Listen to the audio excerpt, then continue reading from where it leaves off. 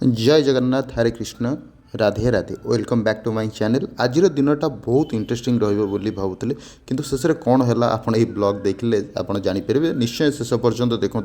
सका उठी मोर दिन आरंभ कर सुंदर कथा सहित दमन भाई पाखु माने पुरी रे रहिबा विषय मुझे जानिकी आहरी माने मनर भक्ति भाव आसीगला। पुरी जावाक इच्छा आहरी बढ़ीगला। प्रभु जगन्नाथ को मुझे धन्यवाद अर्पण कली जे प्रभु एत जल्दी मो डाक आप शुणीदे। तापर मु सका उठी रेडी हो इस्कन मंगल आरती दर्शन करने गली। सका सका हरे कृष्ण नाम संकीर्तन भगवान दर्शन और मंदिर परिवेश मन को अलग शांति दे था। यह सहित पुरुषोत्तम मास विषय में किसी जानापी मिलला। पुरुषोत्तम मास विषय मुझे आपको जनवाक चाहिए। पुरुषोत्तम मास हूँ हिंदू शास्त्र अनुसार यही मास को भगवान श्रीकृष्ण अत्यंत प्रिय मास बोली कहुए। यह अधिक मास बा मल मास कहुला किंतु भगवान विष्णु यह निज नाम पुरुषोत्तम दे सर्वश्रेष्ठ मासर मर्यादा प्रदान करते। विश्वास करा जाए जे एही मासरे भगवान का नाम जप भागवत पाठ गीता अध्ययन दान सेवा और तीर्थ दर्शन कले साधारण दिन तुलन में अनेक गुण अधिक पुण्य लाभ हुए। विशेषकर पुरी धाम पुरुषोत्तम मासर महत्व अधिक रही कारण भगवान जगन्नाथ को स्वयं पुरुषोत्तम बोली कहुए। यही समय अनेक भक्त पुरी आसी दर्शन करती एवं भक्ति साधन निजक नियोजित करती। मु पहुँची जाइली इस्कन भुवनेश्वर रे। आपण माने प्रायतः समस्ते इस्कन भुवनेश्वर आसी थे। आपन तो जोटा मु पहुँचला बेलू मंगल आरती आरंभ हो जाए हे तो मोर टे विलम्ब हो गला। प्रभुजी माने आमर जो माने चिन्हा परिचय मोर जी अच्छा से माने प्रभुजी भी प्राय आसी मत देखिए अत्यंत खुशी लगिला। पहुँचला बेलू माने संकीर्तन आरंभ हो जाइए मंगल आरती आरंभ हो जाइए। निजको जो पहुँची प्रभु को माने दर्शन करी माने मुंडियाटा मारला पर मन को अलग प्रकार शांति लगी था। तो आप निश्चिंत मु समस्त को अनुरोध करी जे आप जोटी भी था निश्चिंत रूपे सका आप मंगल आरती निश्चिंत दर्शन करूँ। देखिए मंगल आरती दर्शन कले दिनटी बहुत खुशी रे जीव। बहुत भगवान विशेष कृपा लाभ होता है। आपड़ जदि माने ब्रह्म मुहूर्त उठी स्नान करी माने आप निज घरे भी जदि मंगल आरती करुँच आप निज ठाकुर निश्चिंत से भी तार भी महत्व बहुत रही। तो से हिसाब से मोर टी आसी पहुँचवा लेट हो जाता कारण मु उठी दर्शन करी माने मो घरे थी ठाकुर को पूजा करी आसिकी पहुँचिकी दर्शन कली। बहुत खुशी लगे आनंद लगे। आमर प्रभुजी मैंने भी अच्छा मत देखिकी बहुत खुशी हो गले। आम सांग हो वृंदावन जाइलु जो प्रभुजी मैंने सेठी मोर चिन्हा होते से भी देखिकी मत बहुत खुशी लगे।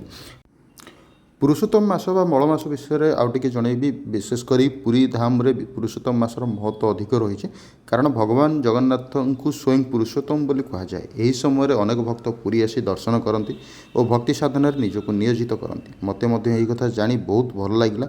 आम व्यस्त जीवन भितर एभली आध्यात्मिक ज्ञान मन को शांति और सकारात्मक शक्ति दे था। पुरुषोत्तम मास जोटा कि आम मल मास प्रति वर्ष आसा ना प्राय 2 वर्ष 8 मासरे थरे आसे। मंगल आरती पर इस्कन मंदिर रे तुलसी महारानी आरती और पूजा अर्चनार जोग देवार सौभाग्य मिला। वैष्णव परंपरा रे तुलसी महारानी को भगवान श्रीकृष्णकर अत्यंत प्रिय भक्त बोली मना जाए। तेणु श्रीकृष्ण को पूजा पूर्व तुलसी महारानी सेवा और वंदनार विशेष महत्व रही। आरती समय भक्त मैंने एकाठी हो तुलसी आरती गान करती। मृदंग करताल मधुर ध्वनि समग्र परिवेश भक्तिमय हो जाए। यापर तुलसी महारानी को परिक्रमा करा जाए। शास्त्र कहुई जे भक्ति भाव में तुलसी देवी को पूजा और परिक्रमा कले भगवान को कृपा लाभ हुए एवं हृदय रे शुद्ध भक्तिर विकास हुए।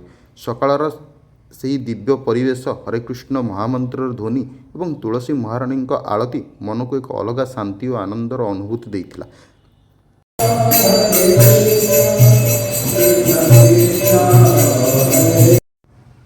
वृंदाए तुलसी दैव्य प्रियाए केशवस्य च विष्णु भक्ति प्रदे देवी सत्यवती नम नम। अर्थ तुलसी देवी जी भगवान केशव अत्यंत प्रिया एवं भक्ति प्रदान करती तांको मोर पुनः पुनः प्रणाम। मंगल आरती दर्शन सारी मु बाहर को आसी ବେଳକୁ ଦୁଇ ଜଣ ପ୍ରଭୁଜୀ ଆସି ପହଞ୍ଚିଥିଲେ, ମନ୍ଦିରକୁ ପ୍ରଣାମ କରୁଛନ୍ତି ଏବଂ ମୁଁ ବି ତାଙ୍କୁ ପ୍ରଣାମ ଜଣେଇଲି ଏବଂ ଆସି ବାହାର ଦେଖିଲା ବେଳକୁ ଆର ଦିନ ତ ହେଇଗଲାଣି ପୁରା।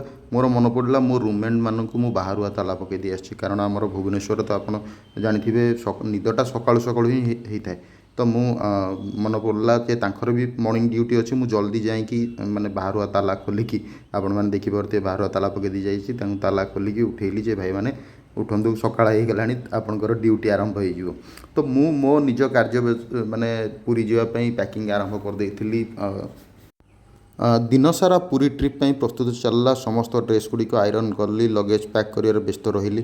ସତ କହିବାକୁ ଗଲେ ଟ୍ରିପ୍ ପୂର୍ବରୁ ପ୍ୟାକିଂ କରିବା ଯେତେ ଏକ୍ସାଇଟିଂ ଲାଗେ ସେତେ ହିଁ ଥକା ଦେଇଥାଏ, କିନ୍ତୁ ନୂଆ ଜାଗାକୁ ଯିବାର ଏକ୍ସାଇଟମେଣ୍ଟ ଥିଲେ ସବୁ କାମ ସହଜ ଲାଗେ। ଆଉ ଏମିତିରେ ମୁଁ ତ ଜଗା ପାଖକୁ ଯାଉଛି, ଆଉ ଯାହା ସବୁ ହେବ ଜଗା ନିର୍ଦ୍ଦେଶରେ ହିଁ ହେଉଛି। ମୋର ବହୁତ ଗୁଡ଼ିଏ ଡ୍ରେସ୍ ପଡ଼ିକି ମାନେ 2 ଦିନ ପାଖାପାଖି ଲାଗିଯାଇଥିଲା ମୋତେ ଆଇରନ୍ ଦେଇକି ସବୁ ଡ୍ରେସ୍ ଗୁଡ଼ା ପ୍ୟାକ୍ କରିବା ପାଇଁ। ଫାଇନାଲି ମୋର ମାନେ ଡ୍ରେସ୍ ଗୁଡ଼ା ସବୁ ମୁଁ ଆଇରନ୍ ଦେଇକି, ଆଉ ମୁଁ ବିନା ଆଇରନ୍ରେ ମୋତେ ଟିକେ ଭଲ ଲାଗେ ନା। ମୁଁ ଆଜି ଯେଉଁ ଡ୍ରେସ୍ଟା ପିନ୍ଧା ହେଇଛି ତାକୁ ସଫା ହେଇକି ଆଇରନ୍ ଦିଆହେବ। ତ ମୋର ଭାଇ ମାନେ ମୋର ଚନ୍ଦନ ଭାଇ ଆଣ୍ଡ ସୁନୀଲ ଭାଇ, 2 ବଡ଼ ଭାଇ, ସେ ମାନେ ବିନା ପିଆଜ ରସୁଣରେ ଆମର ପୁରୁଷୋତ୍ତମ ମାସ ଚାଲିଛି, ଭାଇମାନେ ବି ମାନେ ପିଆଜ ରସୁଣ ବି ଖାଉନାହାନ୍ତି। ତ ସେମାନେ ମୋ ପାଇଁ ଖାଇବା କରିଦେଇଥିଲେ। ମୁଁ ପହଞ୍ଚିଲା ବେଳକୁ ଆଇରନ୍ ହରିଆ ଦେଇକି ଗୋଟେ ବଢ଼ିଆ ବାଡ଼ିଆ ଡାଲମାଟା ହେଇଛି ଏବଂ ତା ସହିତ ଆମର କଦଳୀ ଭଜା ଭାଇମାନେ ସୁନୀଲ ଭାଇ କରିଥିଲେ। ଅରୁଆ, ବାଡ଼ିଆ ଡାଲମା, କଦଳୀ ଭଜା, ତା'ର ମାନେ ଅଲଗା ପ୍ରକାର ଗୋଟେ ମାନେ ଶାକାହାରୀ ଫିଲ୍ ଆସିଯାଇଥିଲା। ତ ସୁନୀଲ ଭାଇ ବିଷୟରେ ମୁଁ କହିଦେବି, ଭାଇ ଘର ହେଉଛି ଭଦ୍ରକ, ଆମେ ସାଙ୍ଗ ହେଇକି ଭୁବନେଶ୍ୱରରେ ରହୁ। ମାନେ ତାଙ୍କ ମାନେ ଯେତିକି ଗୋଟେ ବଡ଼ ଭାଇ ବିଷୟରେ ତାଙ୍କର ସେ ଯେତିକି ମୋତେ ଇଏ ଦେଇଛନ୍ତି ବହୁତ ଇଏ। ଆଉ ଚନ୍ଦନ ଭାଇ, ତାଙ୍କ ଫେସ୍ଟା ମୁଁ ଦେଖେଇ ପାରୁନି। ଚନ୍ଦନ ଭାଇ ମାନେ ସିଏ ମାନେ ବଡ଼ ଭାଇ ନିଜ ମାନେ ମା କହିଲେ ସମାନ। ସକାଳୁ ମୁଁ ଉଠିଲା ବେଳୁ ସେ ରୋଷେଇ କରିଦେଇଥିବେ କି ମାନେ ବହୁତ କିଛି ଅଛି। କେବେ ତାଙ୍କ ବିଷୟରେ ମୁଁ ସେପାରେଟଲି ଆପଣଙ୍କୁ ଆଉ ଥରେ କହିବି। ଖାଇସାରି ମୁଁ ଟିକେ ରେଷ୍ଟ ନେଲା ପରେ ରାତିରେ ଗୋଟେ ମ୍ୟାରେଜ୍ ପାର୍ଟିକୁ ଯିବାର ପ୍ଲାନ୍ ଥିଲା। ଭାବିଥିଲି ବହୁତ ମଜା ହେବ, ଭଲ ଖାଇବା, ଏଣ୍ଟରଟେନମେଣ୍ଟ ମିଳିବ, କିନ୍ତୁ ସତ କହିବାକୁ ଗଲେ ପାର୍ଟିଟା ମୋର ବହୁତ ବୋରିଂ ଲାଗିଲା।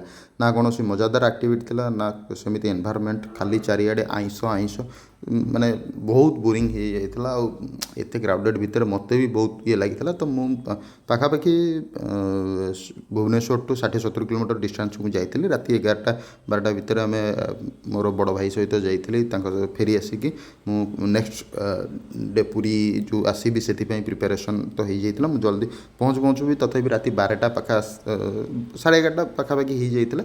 ତ ମୁଁ ସେଠି କିଛି ବି ଖାଇନଥିଲି, କେବଳ କ୍ଷୀରି ଖାଇଥିଲି ଯାହା, ଆଉ କିଛି ଖାଇନଥିଲି। ବାଟରେ ଆସିକି ଦେଖୁଥାଏ ବିନା ପିଆଜ ରସୁଣର କେଉଁଠି କିଛି ହୋଟେଲ ଖୋଲା ଥିଲା କି। ତାପରେ ଆମର ଜୟଦେବ ବିହାରରେ ଗୋଟେ ବିନା ପିଆଜ ରସୁଣର ହୋଟେଲ ଖୋଲା ଥିଲା, ଯେଉଁଥିରେ ସେ ଭାଇ ତ ମୋତେ ଚିହ୍ନିଥିଲେ। ମୋତେ ଦେଖିକି କହିଲେ, ଭାଇ ଭାତ, ଡାଲି ଏବଂ ତଡ଼କା ଅଛି, ଏତିକି ହିଁ ନେଇଯା। ମୁଁ ସେତିକି ହିଁ ନେଇକି ଆସିକି ଖାଇ ଦେଇକି ଶୋଇପଡ଼ିଲି। ତାହେଲେ ବନ୍ଧୁମାନେ, ଏହା ଥିଲା ମୋର ଆଜିର ଦିନ। ସକାଳର ଭକ୍ତିମୟ ମୁହୂର୍ତ୍ତରୁ ଆରମ୍ଭ କରି ରାତିର ବୋରିଂ ମ୍ୟାରେଜ୍ ପାର୍ଟି ପର୍ଯ୍ୟନ୍ତ ସବୁକିଛି ଆପଣଙ୍କ ସହିତ ସେୟାର କଲି।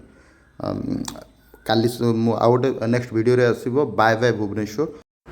ଭିଡ଼ିଓଟି ଭଲ ଲାଗିଥିଲେ ନିଶ୍ଚିନ୍ତ ରୂପେ ଲାଇକ୍, ସେୟାର ଏବଂ ସବସ୍କ୍ରାଇବ୍ କରିବେ। କମେଣ୍ଟ ଦେବାକୁ ଜମା ବି ଭୁଲିବେନି। ରହୁଛି। ଜୟ ଜଗନ୍ନାଥ। ହରି ବୋଲ, ହରେ କୃଷ୍ଣ, ରାଧେ ରାଧେ।